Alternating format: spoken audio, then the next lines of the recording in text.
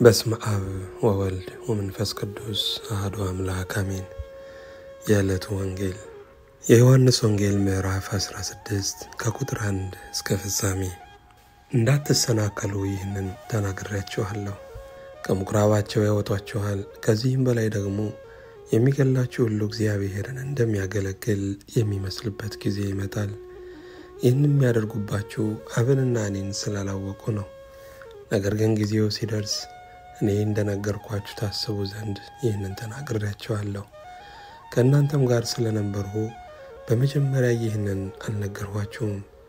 አሁን ግን ወደ ላከኝ እሄዳለሁ፣ ከእናንተም ወዴት ትሄዳለህ ብሎ የሚጠይቀኝ የለም።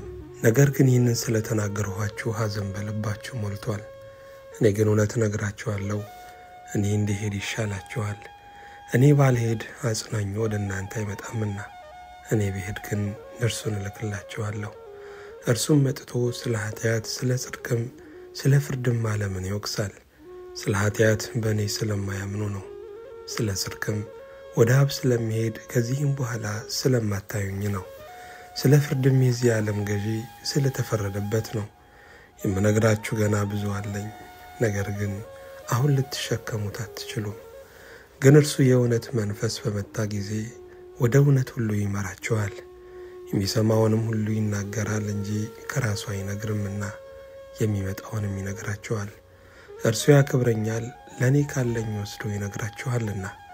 ለአብ ያለው ሁሉ የኔ ነው፣ ስለዚህ ለእኔ ካለኝ ወስዶ ይነግራችኋል አልሁ። ጥቂት ጊዜ አለ አታዩኝምም፣ ደግሞም ጥቂት ጊዜ አለ ታዩኛላችሁም። እኔ ወደ አብ እሄዳለሁና። ከደቀ መዛሙርቱም አንዳንዶቹ እርስ በርሳቸው ጥቂት ጊዜ አለ አታዩኝምም፣ ደግሞም ጥቂት ጊዜ አለ ታዩኛላችሁም፣ ደግሞ ወደ አብ እሄዳለሁና የሚለን ይህ ምንድን ነው ተባባሉ። እንግዲህ ጥቂት የሚለው ይህ ምንድን ነው? የሚናገረውን አናውቅም አሉ። ኢየሱስም ሊጠይቁት እንደወደዱ አውቆ እንዲህ አላቸው፣ ጥቂት ጊዜ አለ አታዩኝምም፣ ደግሞ ጥቂት ጊዜ አለ ታዩኛላችሁ ስላልሁ ስለዚህ እርስ በርሳችሁ ትመራመራላችሁን? እውነት እውነት እላችኋለሁ፣ እናንተ ታለቅሳላችሁ፣ ሙሾም ታወጣላችሁ፣ ዓለም ግን ደስ ይለዋል። እናንተም ታዝናላችሁ፣ ነገር ግን ሐዘናችሁ ወደ ደስታ ይለወጣል። ሴት በምትወልድበት ጊዜ ወራቷ ስለደረሰ ታዝናለች፣ ነገር ግን ሕፃን ከወለደች በኋላ ሰው በዓለም ተወልዷልና ስለ ደስታዋ መከራዋን ኋላ አታስበውም። እንግዲህ እናንተ ደግሞ አሁን ታዝናላችሁ፣ ነገር ግን እንደገና አያችኋለሁ፣ ልባችሁም ደስ ይለዋል፣ ደስታችሁንም የሚወስድባችሁ የለም። በዚያን ቀንም ከእኔ አንዳች አትለምኑም። እውነት እውነት እላችኋለሁ፣ አብ በስሜ የምትለምኑትን ሁሉ ይሰጣችኋል። እስካሁን በስሜ ምንም አልለመናችሁም። ደስታችሁ ፍጹም እንዲሆን ለምኑ ትቀበሉም አላችሁ። ይህንን በምሳሌ ነግሬያችኋለሁ። ነገር ግን ስለ አብ ለእናንተ በግልጥ የምናገርበት እንጂ ከዚያ ወዲያ በምሳሌ የማልናገርበት ሰዓት ይመጣል። በዚያን ቀን በስሜ ትለምናላችሁ። እኔም ስለ እናንተ አብን እንድለምን የምላችሁ አይደለሁም። እናንተ ስለወደዳችሁኝ ከእግዚአብሔርም ዘንድ እኔ እንደወጣው ስላመናችሁ አብ እርሱ ራሱ ይወዳችኋልና። ከአብ ወጥቼ ወደ ዓለም መጥቻለሁ፣ ደግሞ ዓለምን እተወዋለሁ፣ ወደ አብም እሄዳለሁ። ደቀ መዛሙርቱን አሁን በግልጥ ትናገራለህ፣ በምሳሌ ምንም አትነግርም። ሁሉን እንድታውቅ ማንም ሊጠይቅህ እንዳትፈልግ አሁን እናውቃለን። ስለዚህ ከእግዚአብሔር እንደወጣ እናምናለን አሉት። ኢየሱስም እንዲህ ብሎ መለሰላቸው፣ አሁን ታምናላችሁን?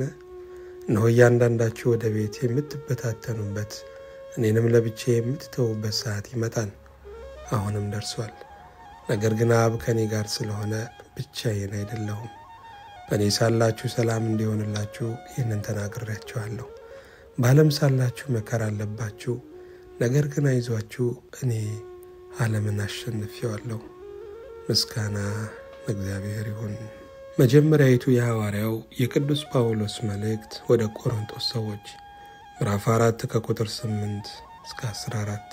አሁን ጠግባችኋል፣ አሁንስ ባለጠጎች ሆናችኋል። ያለኛ ነግሳችኋል፣ እኛ ደግሞ ከእናንተ ጋር እንድንነግስ ብትነግሱ መልካም ይሆን ነበር። ለዓለም ለመላእክትም ለሰዎችም መጫወቻ ሆነናልና።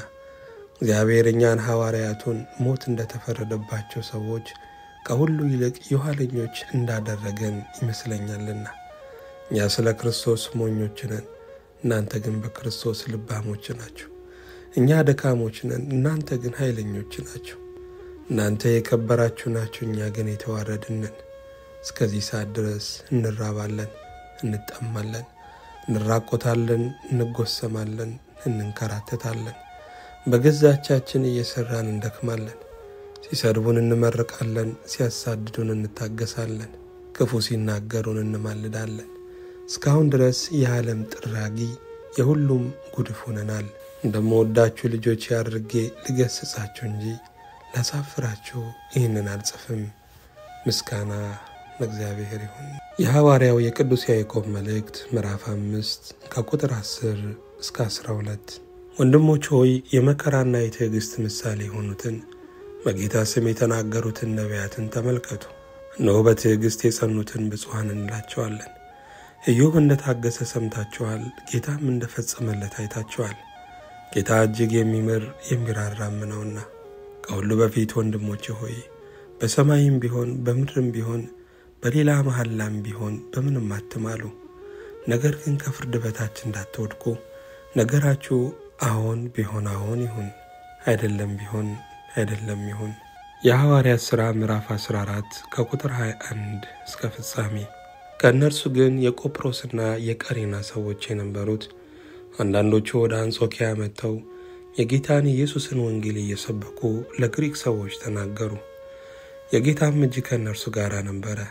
ቁጥራቸውም እጅግ የሚሆን ሰዎች አምነው ወደ ጌታ ዘወር አሉ።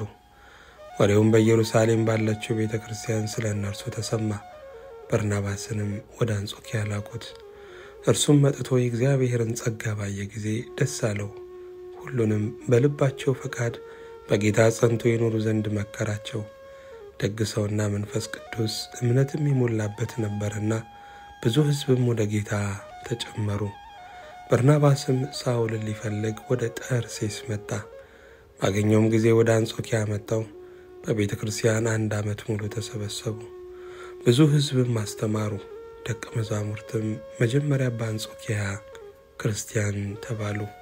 በዚያም ወራት ነቢያት ከኢየሩሳሌም ወደ አንጾኪያ ወረዱ። ከእነርሱም አጋቦስ የሚሉት አንድ ሰው ተነስቶ በዓለም ሁሉ ታላቅ ረሃብ ሊሆን እንዳለው በመንፈስ አመለከተ። ይህም በቀላውዲዮስ ቄሳር ዘመን ሆነ። ደቀ መዛሙርትም እያንዳንዳቸው እንደ ችሎታቸው መጠን አዋጥተው በይሁዳ ለሚኖሩት ወንድሞች እርዳታን ይልኩ ዘንድ ወሰኑ። እንዲህም ደግሞ አደረጉ። በበርናባስና በሳውልም እጅ ወደ ሽማግሌዎች ሰደዱት። ምስጋና ለእግዚአብሔር ይሁን። የማቴዎስ ወንጌል ምዕራፍ 7 ከቁጥር 21 እስከ ፍጻሜ። በሰማያት ያለውን የአባቴን ፈቃድ የሚያደርግ እንጂ ጌታ ሆይ የሚለኝ ሁሉ መንግሥተ ሰማያት የሚገባ አይደለም። በዚያን ቀን ብዙዎች ጌታ ሆይ በስምህ ትንቢት አልተናገርንምን? በስምህስ አጋንንት አላወጣንምን? በስምህስ ብዙ ታምራትን አላደረግንምን? ይሉኛል። የዚያን ጊዜም ከቶ አላውቃችሁም እናንተ አመፀኞች ከኔ ራቁ ብዬ እመሰክርባችኋለሁ። ስለዚህ ይህንን ቃሌን ሰምቶ የሚያደርገው ሁሉ ቤቱን በዓለት ላይ የሠራ ልባምን ሰው ይመስላል። ዝናብም ወረደ፣ ጎርፍም መጣ፣ ነፋስም ነፈሰ፣ ያንም ቤት ገፋው፣ በዓለት ላይ ስለተመሰረተ አልወደቀም። ይህንም ቃሌን ሰምቶ የማያደርገው ሰው ሁሉ ቤቱን በአሸዋ ላይ የሠራ ሰነፍን ሰው ይመስላል። ዝናብም ወረደ፣ ጎርፍም መጣ፣ ነፋስም ነፈሰ፣ ያንም ቤት መታው፣ ወደቀም፣ ማወዳደቁም ታላቅ ሆነ። ኢየሱስም ይህንን ነገር በጨረሰ ጊዜ ሕዝቡ በትምህርቱ ተገረሙ። እንደ ጻፎቻቸው ሳይሆን እንደ ባለሥልጣን ያስተምራቸው ነበርና። ምስጋና ለእግዚአብሔር ይሁን።